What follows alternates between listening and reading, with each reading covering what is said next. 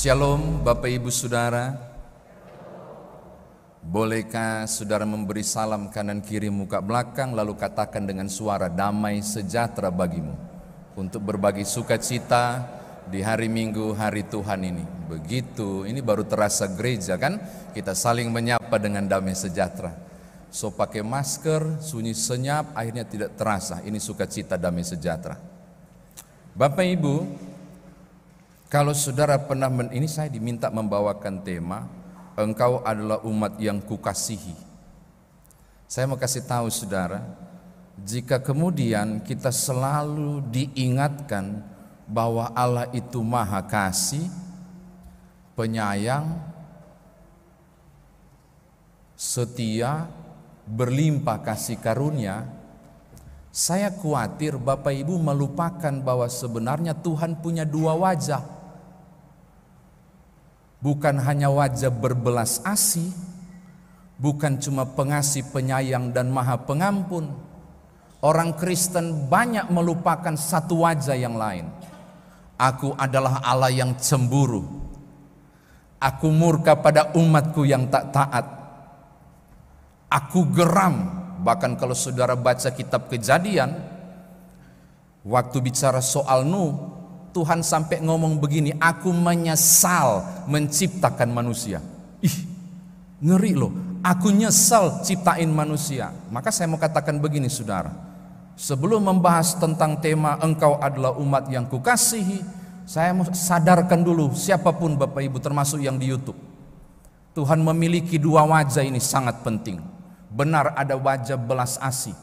Engkau tidak boleh melupakan tentang Allah yang cemburu, Allah yang marah kalau ada pelanggaran, Allah yang menghukum jika ada dosa. Ini juga harus ditekankan supaya orang Kristen diingatkan, hati-hati, supaya hidup mereka tidak hanya di dalam pengertian kan aman, bikin dosa minta ampun selesai Tuhan ampuni. Ada banyak teks yang menunjukkan tentang bagaimanapun konsekuensi dari kesalahan harus dihukum. Saya mau bagi itu dulu di teks bacaan kita. Beberapa perdebatan masih terjadi ya. 597 sebelum Masehi sampai 602 sebelum Masehi hingga 597 sebelum Masehi, demikianlah dibuang. Orang Israel itu termasuk Yoyakim, dan juga di sana ada Yehezkiel. Dalam bahasa Ibrani Yehezkiel berarti Allah menguatkan. Dan ini yang menarik Bapak Ibu, di dalam pembuangan di Babel itu Tuhan silent. Barangkali betul-betul marah. Ada orang Makassar enggak di sini? Sampai bombe Tuhan, diam. 6 tahun Tuhan enggak ngomong. Nanti saudara baca pasal 1 kitab Yehezkiel. Di tahun kelima pasca pembuangan selesai, baru kan 70 tahun dorang, masuk tahun kelima, baru Tuhan datangi Yehezkiel dan berfirman. Saya mau katakan hal yang pertama ini, mengapa sampai terjadi ini? Konsekuensi dosa. Dorang sembah Baal. Sudah tahu Tuhan itu pencemburu. Cemburu itu maksud bukan pencemburu, Tuhan cemburu, yaitu kalau lu umatku, lu nyembah gua dong, jangan sembah Baal, dibuang, dihukum. Konsekuensi dosanya mereka dihukum. Saya tekankan ulang, konsekuensi dosanya dibuang 70 tahun. Dan Tuhan tidak bersuara pada umat dalam pembuangan selama hampir 6 tahun. Bapak Ibu bisa bayangkan, sampai hampir 6 tahun. Baru masuk kemudian sesudah tahun kelima Yoyakim dibuang itu, baru Tuhan ngomong ke Yehezkiel. Baru ini yang kita baca, semua hasil omongan Tuhan ke Yehezkiel, ini yang kita baca sekarang. Oke, ini yang pertama. Yang kedua, ketika dibuang, nah ini juga menarik dan kekhasan Tuhan saudara dan saya. Bapak Ibu pernah enggak marahin cucu, anak kecil, atau anak kita yang masih kecil, misalnya menghukum berdiri di situ, enggak boleh gerak, misalnya kita hukum begitu. Tapi di hati kecil, aduh kasihan, terlalu lama tuh. Udah nak, sudah nak gitu. Pernah nggak saudara mengalami kondisi walaupun marah, itu sayang tak mungkin dilupakan. itu Tuhanmu. Itu Tuhannya Israel. Setelah dihukum, orang mulai ngomong begini, yang tinggal di Yerusalem kan dibuang, tinggal penduduk-penduduk asing di Yerusalem. Coba lihat, Tuhan sudah menjauh dari mereka. Coba lihat, kami menguasai tempat ini. Tolong saudara baca tadi ayat 14 pasal 11 tadi. Ngomongnya begitu. Coba lihat, mana Israel itu? Mana Tuhannya? Lihat, kami sudah kuasai tempatnya karena mereka dibuang. Yehezkiel, dorang ngomong begitu kasihan, kata Tuhan. Maka dengarkan baik-baik, tolong nubuatkan, mereka akan saya pulihkan. Coba Bapak Ibu bayangkan, dihukum, Tuhan marah dengan kecemburuannya, membakar luar biasa. Tapi udahlah, yuk tahun ke-70 aku bawa kamu pulang. Itu kondisinya. Hal kedua yang saya mau katakan, Tuhan marah, tapi jangan lupa Tuhan Maha Pengampun. Tiap dosa harus dihukum. Setiap konsekuensi dosa harus dihukum. Setelah jalani konsekuensi itu, terjadi pengampunan dan pemulihan hubungan. Ini hal kedua. Ketiga Bapak Ibu, tapi dasar kepala batu, dasar kepala angin, dosa pasti terulang. Karena harmatia itu kuasa yang luar biasa. Dosa itu kuasa, dan orang tidak bisa untuk tandingi kuasa dosa. Maka jalan satu-satunya, silakan saudara baca teks kita itu luar biasa. Aku akan memberikan dia hati yang baru, ketaatan dan roh yang baru untuk semangat mengerjakan firman. Hati itu bicara soal ketaatan, roh itu bicara soal spirit atau semangat mengerjakan ketaatan itu. Maka solusi utama adalah kepala angin ini, hati yang bebal ini, kepala batu ini harus diubah untuk dianugerahi ketaatan kepadaku, juga semangat untuk mengerjakannya. Bapak Ibu bisa bayangkan, Tuhan sampai kirim sesuatu untuk buat umat mengalami ketaatan. Aku janji, aku buat mereka taat, supaya ketika mereka pulang, penyembahan yang benar hanya padaku. Baru catatan terakhir, karena engkau adalah umatku yang kukasihi. Tema tadi. Saya mau bilang begini Bapak Ibu, tidak ada sebutan umat yang kukasihi tanpa ketaatan. Perhatikan catatan terakhir. Israel tidak akan menjadi umat yang kukasihi kalau tidak ada ketaatan kepada Allah. Maka hati yang baru, roh yang baru harus diberikan. Sebab kunci daripada dikasihi Allah adalah hidup dalam ketaatan. Saya kira demikian firman Tuhan ditafsirkan bagi kita. Nah sekarang bagaimana kita bawa dalam kehidupan beriman kita? Bapak Ibu tolong buka Wahyu pasal 3 ayat 19.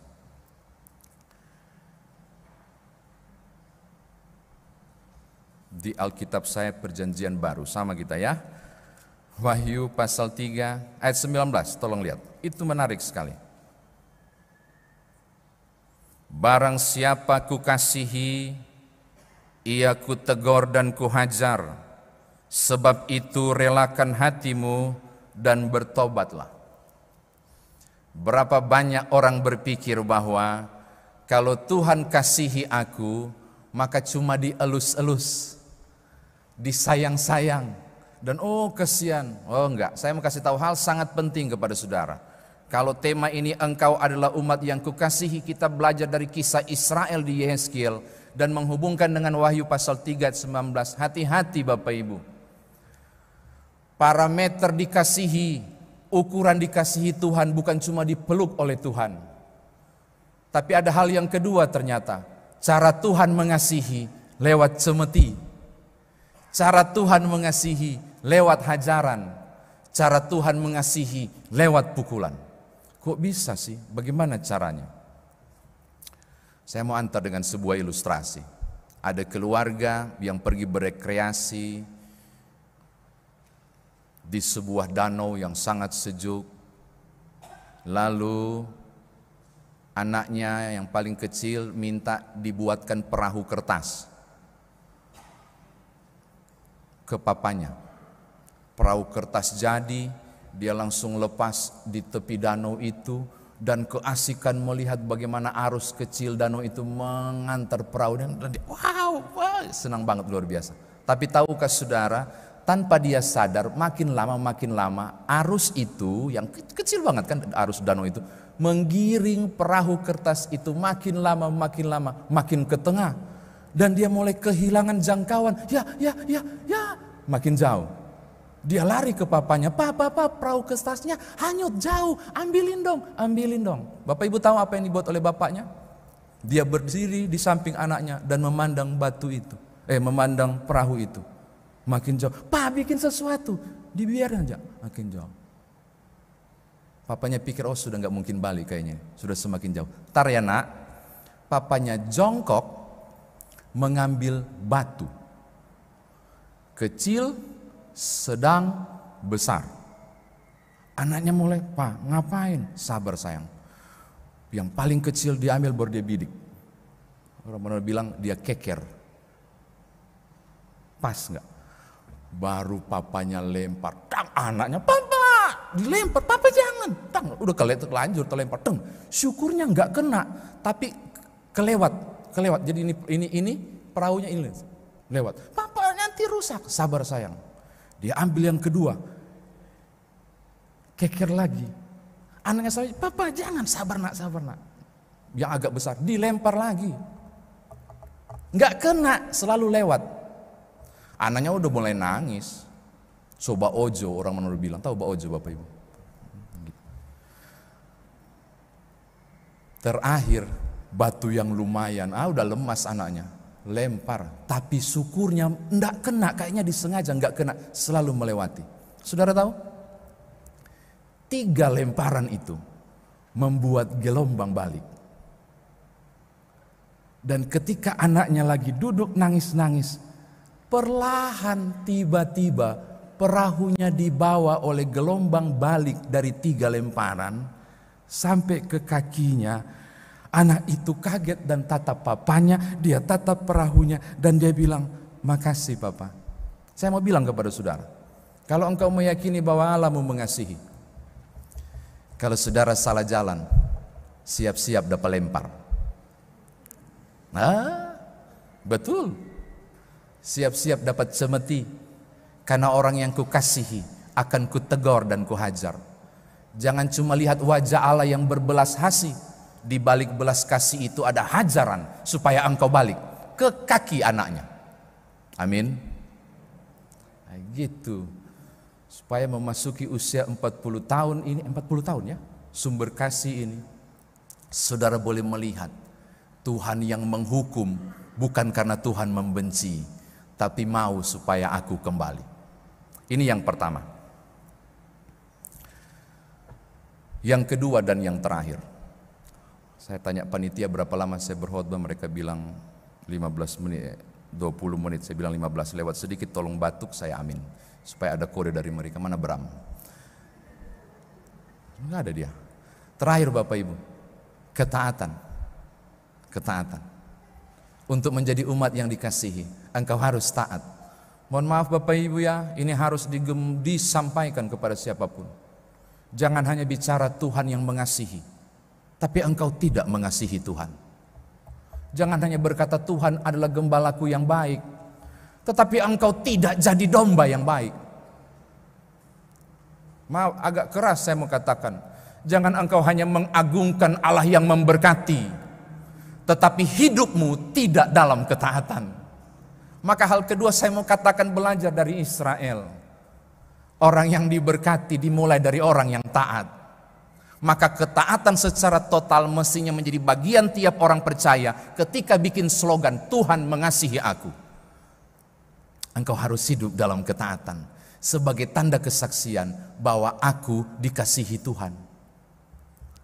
Aku dikasihi Tuhan. Engkau bisa melihat dari hidupku yang penuh dalam ketaatan. Kira-kira begitu.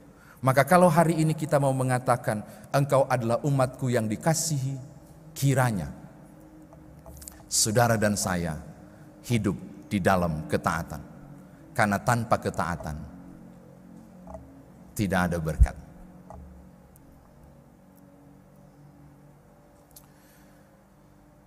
Ulangan pasal 28 yang ngomong itu dan bukan saya. Ulangan 28 itu ada perikop berkat dan kutuk. Nanti Bapak Ibu baca.